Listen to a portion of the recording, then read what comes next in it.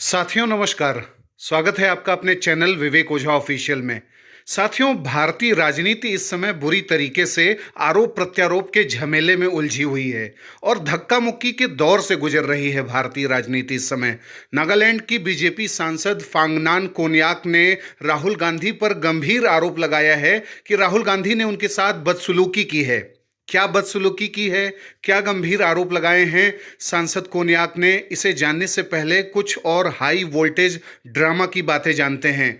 एक तरफ विपक्षी दल के नेता मल्लिकार्जुन खड़गे ने आरोप लगाया कि उनके साथ धक्का मुक्की की गई है और वो किया है बीजेपी वालों ने। वहीं बीजेपी ने राहुल गांधी पर गंभीर आरोप लगाए। आरोप है कि राहुल गांधी ने बीजेपी के दो सांसदों प्रताप सारंगी और मुकेश राजपूत को ऐसा धक्का दिया कि उनके सर फूट गए और दोनों को आईसीयू में भर्ती कराना पड़ गया।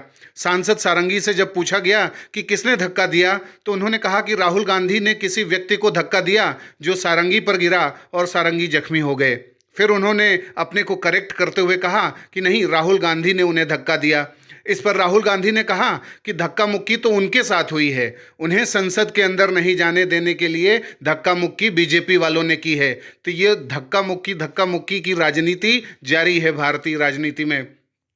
बहरहाल जो भी हुआ, भाजपा नेता किरेन रिजिजू ने राहुल गांधी से पूछा कि क्या भाई राहुल, कराटे कुंगफू क्या तुमने सांसदों को मारने के लिए सीखा था?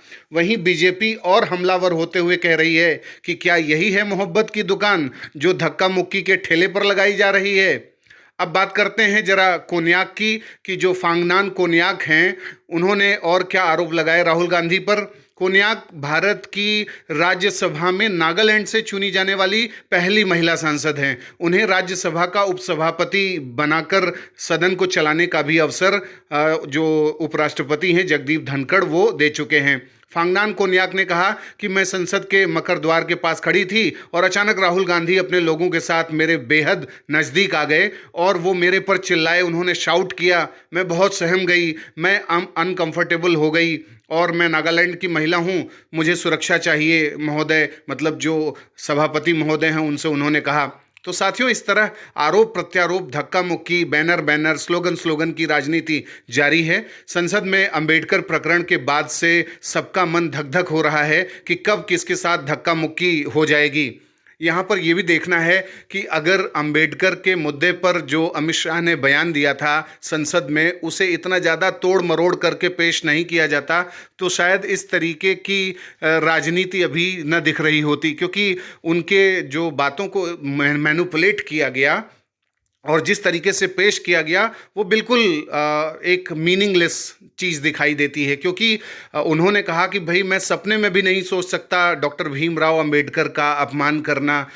डॉक्टर अंबेडकर हमारे लिए बहुत ही सम्माननीय और पूजनीय हैं, उनके लिए हम लोगों ने बहुत से बड़े बड़े निर्णय लिए हैं, उनके गौरव में, उनके सम्मान में हमने बड़े बड़े निर्णय लिए हैं, तो हम ये सोच भी नहीं सकते।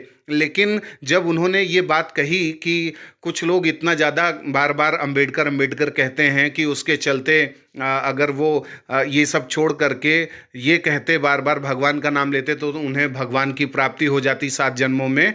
ये जो बात कही ये पॉलिटिकल पार्टीज़ के अपॉर्चुनिज्म को लेकर के थी, न कि आम नागरिकों के लिए जो अंबेडकर में आस्था रखते हैं। अंबेडकर को वैसे भी भगवान मानते हैं बहुत से लोग, और अंबेडकर ने जिस तरीके का कॉन्स्टिट्यूशन के लिए काम किया, संविधान तो सबसे बड़ा कानून है और सबसे बड़ा कानून जिसने हमें दिया, तो उसको इस तरीके की पदवी देना कोई गलत बात नहीं है। और अंबेडकर ने जिस तरीके की अपनी भूमिकाएं निभाई वो अत्यंत अत्यंत प्रशंसनीय हैं। लेकिन जो बातें अमित शाह के द्वारा कही गई उसको जब पकड़ करके एक पॉलिटिकल मुद्दा बनाने की कोशिश की गई, घेरने की कोशिश की गई, तो उसके बाद से तमाम ऐसे आरोप प्रत्यारोप के दौर देखने को मिल रहे हैं, जिससे भारतीय राजनीति का ओछा स्तर दिख रहा है कि गिरती हुई समझ में आ रही है। इससे जनता पर जो असर पड़ेगा पड़ेगा ही, लेकिन जो विदेशी मीडिया है, जो विदेशी ताकतें हैं, वो देख रही हैं कि भारत की पार्लियामेंट्री जो डेमोक्रेसी है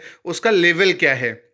कम से कम भारतीय सांसदों को इसकी महिमा, इसके गौरव के बारे में सोचना चाहिए कि वो इस सतही स्तर पर तो न उतर जाएं, आरोप प्रत्यारोप लगाने के, पॉलिटिकल माइलेज लेने के, वोट बैंक पॉलिटिक्स के चक्कर में, अपीजमेंट के चक्कर में, कि उन्हें जो है कल को मुंह दिखाने के लायक भी वो न रहें और जनता उन पर क्वेश्चन मार्क लगाए। तो कम से कम एक मिनिमम राजनीतिक गरिमा सभी वर्गों के, सभी जो राजनीतिक दल हैं उनके सदस्यों में होनी चाहिए। इसके लिए कोई एक पक्ष जिम्मेदार नहीं है। सभी भारत में जितने भी राजनीतिक दल हैं वो कुछ न कुछ अपने राजनीतिक लाभों को, अपने राजनीतिक परिप्रेक्ष्यों को ध्यान में रख करके ही सारी कार्यवाही करते हैं। तो यहाँ पर बस यही है कि इसको बेहतर तरीके से एक पॉलिटिकल कल्चर इंडिया में डेवलप हो, इस दिशा में भी थोड़ा सोचना चाहिए।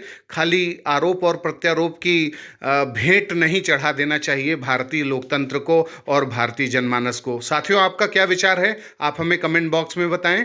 मिलेंगे जल्द ही। नमस्कार।